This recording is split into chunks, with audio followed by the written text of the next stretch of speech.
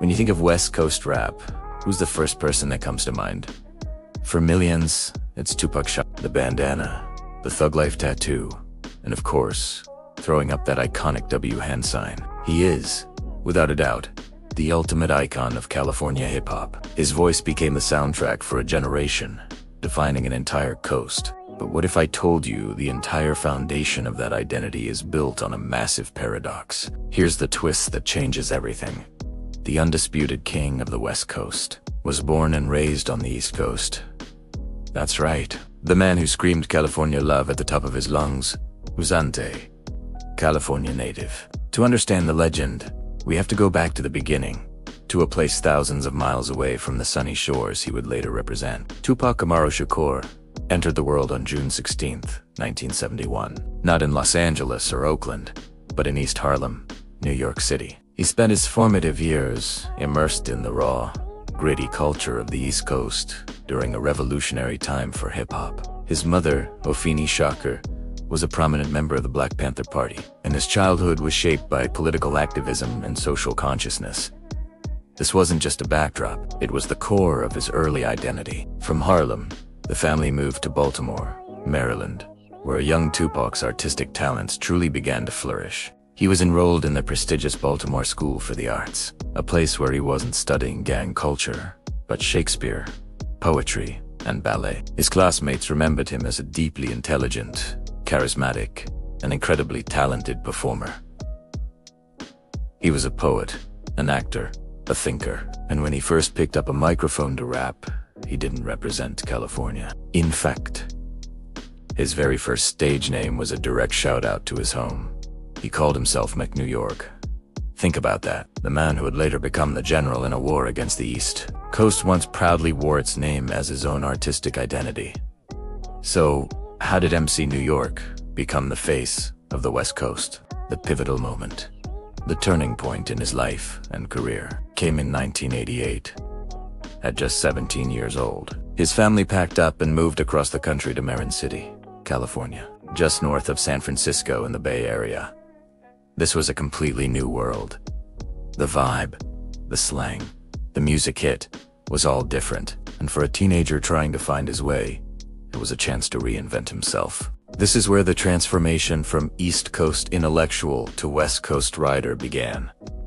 It didn't happen overnight. His big break came when he connected with the eccentric and wildly popular Oakland-based hip-hop group, Digital Underground. At first, he wasn't the star. He was a roadie, helping set up equipment, and then a backup dancer. If you watch old videos of their Hit the Humpty dance, you can spot a young, energetic Tupac in the background, just soaking it all in, learning the ropes of the industry and absorbing the unique funk and flavor of Bay Area hip-hop. He was paying his dues, building connections, and finding his voice in this new environment. His charisma was undeniable, and it wasn't long before he got his chance to shine. In 1991, his solo career officially launched with the album Asterisk, Tupac Calypse. Now Asterisk, the record was raw, political, and still carried heavy echoes of his East Coast activist roots. But his location had changed, and so had his perspective. He was now a California artist. However, the final, permanent seal on his West Coast identity was forged in fire a few years later. In 1995, after a series of legal troubles and a stint in prison, Tupac made the most significant business move of his career. He signed with the infamous, all-powerful Los Angeles-based label, Death Row Records, run by the notorious Suge Knight. This wasn't just a record deal, it was an allegiance. Signing to Death Row in the mid-90s meant you were the West Coast. From that moment on, Tupac's image became synonymous with LA gangster rap. He traded his more conscious persona for the diamond chains, the luxury cars, and the unapologetic, in-your-face attitude of Death Row.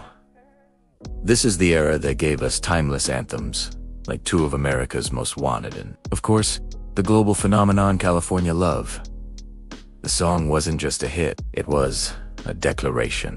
It cemented him, once and for all, as the region's biggest superstar and its most passionate ambassador. He had fully embraced his new home. This full-throated embrace of California put him on a direct collision course with his past. The infamous East Coast-West Coast rivalry of the 1990s wasn't just a media creation. It was a bitter and personal conflict, and Tupac was at the very center of it. He didn't just participate, he led the charge. With the backing of death row, he launched scathing lyrical attacks against his former New York contemporaries, most notably the Notorious B.I.G. and Bad Boy Records. It was a strange and tragic spectacle. The man once known as MC New York was now the fiercest critic of New York hip-hop. He used his platform to champion the West, claiming it as his one true home and disavowing the coast that raised him. This intense loyalty to his adopted home, combined with his incredible talent, is what made his West Coast persona so believable and so powerful. He wasn't just playing a role, he had become the role. So when we look back at the legacy of Tupac Shakur, we see a story of two coasts. He was a product of the political fire of East Harlem and the artistic halls of Baltimore, but he was molded, hardened, and immortalized by the sunshine and struggles of California. Born on the East Coast, but made on the West Coast, this duality, this complex journey of identity, isn't a footnote in his story, it's the very heart of it. It's what makes his art so layered, his persona so captivating, and his legacy so enduringly powerful. He contained multitudes, and that's why, decades later, we're still trying to understand the man behind the legend. Thanks for watching. If you enjoyed this dive into music history, make sure to like, subscribe, and hit that notification bell for more.